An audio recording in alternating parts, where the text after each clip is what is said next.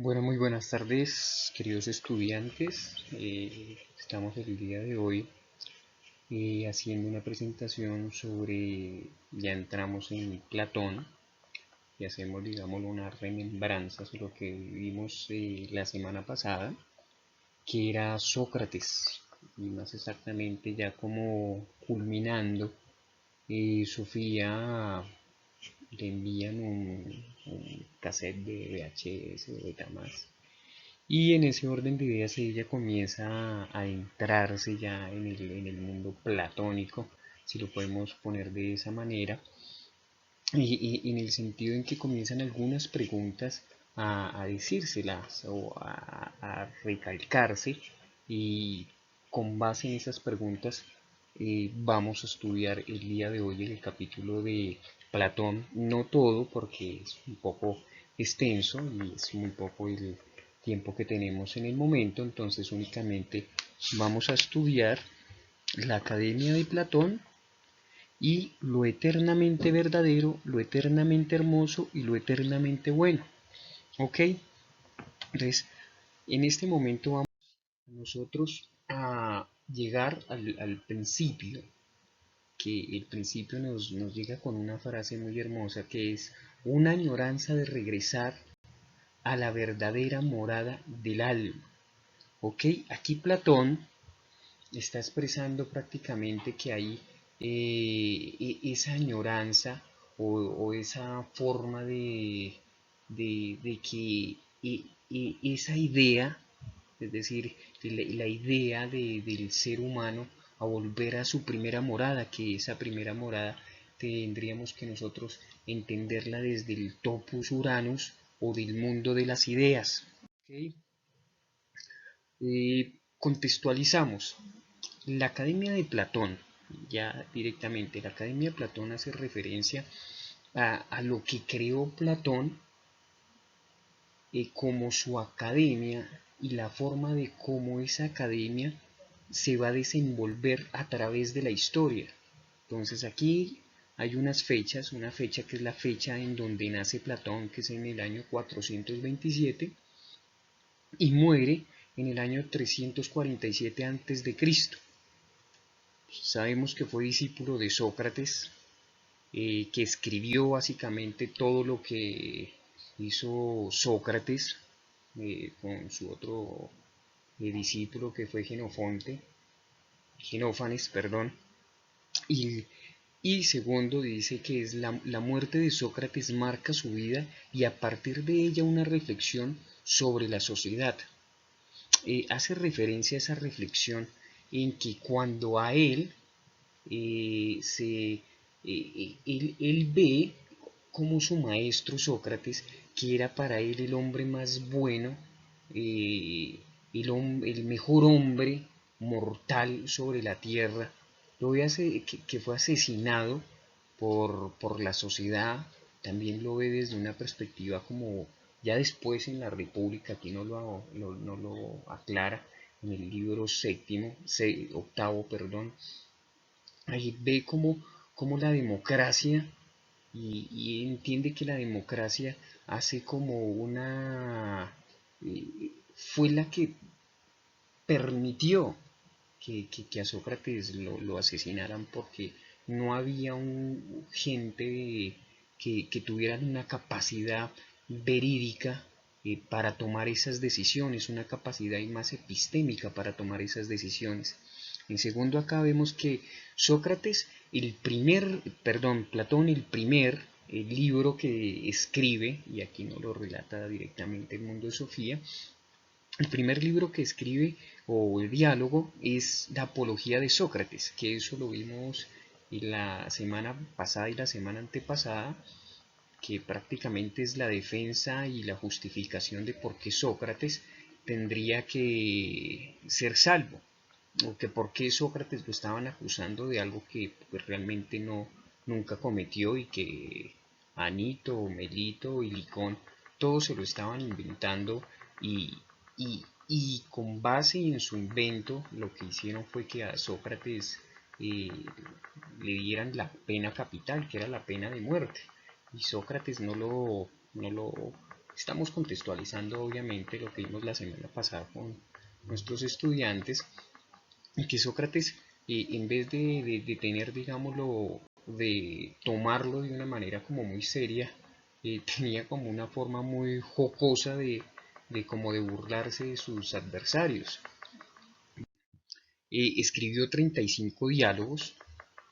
De esos diálogos también podemos hablar de la República, también podemos hablar del Político y de las Leyes, que son los diálogos más políticos.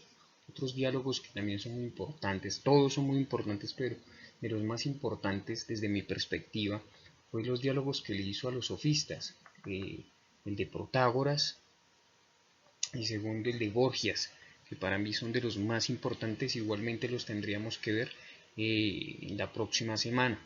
Bueno, acá dice que funda su propia escuela, que se llama la Academia de Platón. Aquí dice también que señalaba, se enseñaba en esta escuela filosofía, matemáticas y gimnasia. ¿Por qué se enseñaba no solamente filosofía? Porque él decía que la matemática era tan importante entender la matemática porque la geometría, más exactamente era la geometría, porque la geometría, él lo hereda de Sócrates, la geometría es algo abstracto, algo que no existe en el mundo material, pero es perfecto en el mundo de las ideas, en ese topos uranos, y la gimnasia porque se tenía que cultivar el cuerpo. ¿Ok? Acá también entendemos que en la Academia de Platón lo principal era el conversar, por eso se llama el diálogo. Y él tiene su forma, o el método, es un método dialéctico, pero acá tiene otra perspectiva de ese concepto. El método dialéctico se referencia a que comenzabas a hablar y a hablar, entonces se contraponían, había una lucha de conceptos, y ese concepto llegaba a un concepto mayor, que era el método dialéctico, pero platónico. Acá es platónico. Bien, pasamos a un segundo plano, que es lo eternamente verdadero, lo eternamente hermoso y lo eternamente bueno. Acá nos hace una pregunta el autor, es ¿qué es lo que le interesa ante todo a Platón? Acá nos responde él mismo, el autor, Justin Garden, a través de el señor Alberto, que es el, el profesor de Sofía. Entonces nos dice que lo que le interesa realmente a Platón es la relación entre lo eterno y lo inalterable y lo que fluye por otro lado. Lo eterno, lo inalterable y lo que fluye por otro lado. Y de igual manera la relación de los seres humanos con la moral y esta en la sociedad, la moral en la sociedad. O sea, lo que le interesa es qué es lo que realmente es eterno, qué es lo que es realmente inalterable, pero también comprende de que hay algo que está fluyendo, y ese fluir hace referencia a que nada, ese fluir es la vida en sí misma, la vida, o no solamente la vida, sino todo lo que nuestros sentidos perciben. Todo lo que nuestros sentidos perciben es simplemente un fluir, es decir, no es eterno. Y por lo tanto él no se está fiando de lo que es, de lo que fluye, solamente lo mira y lo analiza, pero sabe que eso no es eterno, que eso no le sirve como tal al ser humano. Y de él se recoge que él quiere, a través obviamente del maestro Sócrates, comprender cómo puede analizar o inventarse o reinventarse un mundo donde realmente lo eterno y lo inalterable tenga un papel predominante en el mundo que fluye. Bien, acá hay unos cuestionamientos, básicamente porque esos cuestionamientos hacen énfasis en la moral. Entonces él se contrapone a, a una perspectiva que es la perspectiva de los sofistas, más exactamente por allá de Protágoras, de otro también que es Gorgias, que creo que son los principales, donde estos tipos están hablando de, uno está diciendo que que la vida, que el ser humano es la medida de todas las cosas. En ese orden de ideas, Sócrates está diciendo que no, o sea, y él hace énfasis en el concepto de la sociedad y la moral, porque los sofistas, aquí no lo pone, inclusive el autor nos dice que los sofistas piensan que la moral o lo bueno y lo malo en la sociedad dependen de las costumbres y que es de cada sociedad, de cada ciudad, o sea que es superflua, es decir, no tiene unas bases suficientes, entonces por ende se puede ser muy fluctuante y por lo tanto no importa si lo bueno es bueno hoy o eso tan bueno y mañana será malo. En cambio, acá ya se contrapone la idea socrática en el sentido de que está escribiendo aquí Platón, de lo bueno y lo malo, y en este sentido dice que las leyes de la moral son únicas, son inalterables, son unas leyes básicas, pero que básicamente, valga la redundancia, son unas leyes que nos permiten a nosotros convivir y nunca podríamos nosotros llamarle bueno a lo malo ni malo a lo bueno.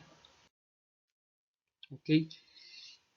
Acá en una tercera instancia, él está hablando de lo que le interesa, que es lo eterno. Y entonces él dice que intenta captar una propia realidad. Él está por fuera, ya después nosotros estaremos viendo sobre esa idea del topus uranus, del mundo del más allá, del mundo real.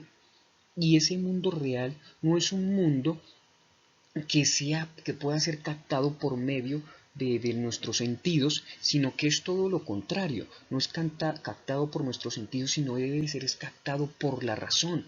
Por eso, por ende, no podemos nosotros comprender lo verdaderamente bello, ni lo verdaderamente eterno, ni lo verdadero. No lo podemos captar, podemos tener una visión o unas sombras, como lo narra en el libro séptimo de la República, que es la caverna de Platón. Podemos tener esas sombras de lo que es lo verdadero, de lo que es hermoso y lo que es bueno, pero no podemos comprenderlo desde esta realidad mortal, desde el mundo de lo sensorial, es decir, de los sentidos. Él quiere llegar, es, él quiere llegar, dice el autor, a lo inmutable y más exactamente a esa inmutabilidad de la moral en la sociedad. Bien, acá hay unas preguntas que nos vamos a hacer, les vamos a escribir y después vamos a dialogar sobre ellas. Y la primera pregunta es, ¿la moral cambia dependiendo de las costumbres? La segunda es, ¿hay leyes aplicadas a la moral y podemos decir que son eternas? Y la tercera, mediante la razón, ¿podemos llegar a unas leyes inmutables? Esas serían las preguntas para reflexionar y a partir de esas preguntas generaríamos una discusión ya en clase. Mis queridos estudiantes, que tengan una feliz tarde, muy buenas noches. Tardes, perdón.